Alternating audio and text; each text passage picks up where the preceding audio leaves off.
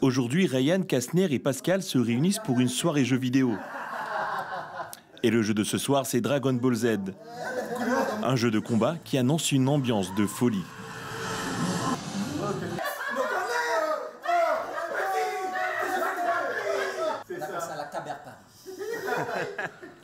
Ça faisait longtemps que cette bande d'amis ne s'était pas réunie. Mais ce soir, ils ont décidé de rendre un dernier hommage à Akira Toriyama, créateur de Dragon Ball, décédé ce lundi. C'est grâce à Akira Toriyama si on a pu vivre autant de moments uniques. Dragon Ball est toujours resté le numéro 1, l'ancêtre, le papa, le padre. Donc le fait qu'il soit mort, ça touche tout le monde. C'était le rendez-vous qu'il ne fallait pas manquer. Et après, on en parlait en cours de récré. Et après, on jouait avec les cousins pour essayer de faire des caméras. Enfin bon, je pense que tous les enfants de mon époque, à leur niveau, ont partagé Dragon Ball. Dragon Ball, c'est l'histoire de Sangoku, un extraterrestre envoyé sur Terre pour la conquérir. Mais tout change lorsqu'il se cogne la tête et devient le protecteur de la planète contre des adversaires toujours plus puissants.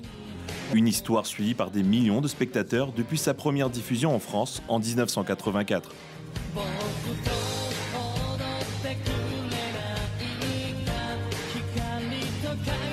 Déjà ça va toucher déjà les plus jeunes que moi parce qu'ils n'auront pas l'occasion de voir ce que j'ai vu pendant que j'étais jeune. J'ai l'intégrale de tous les tomes de Dragon Ball.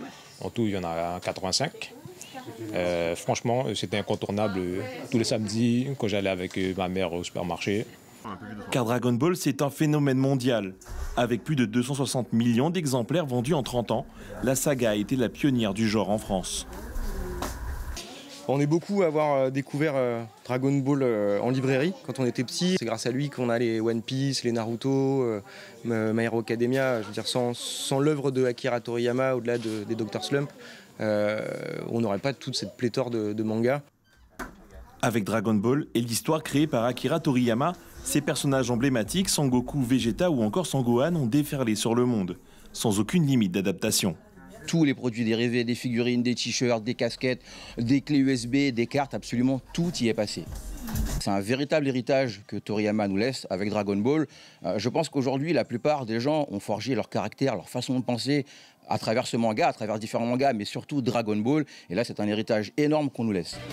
Le mangaka s'en est allé à l'âge de 68 ans, mais depuis l'annonce de son décès, les hommages affluent de partout. C'est une génération tout entière qui rend hommage à l'homme, à l'origine de l'animé le plus célèbre de tous les temps.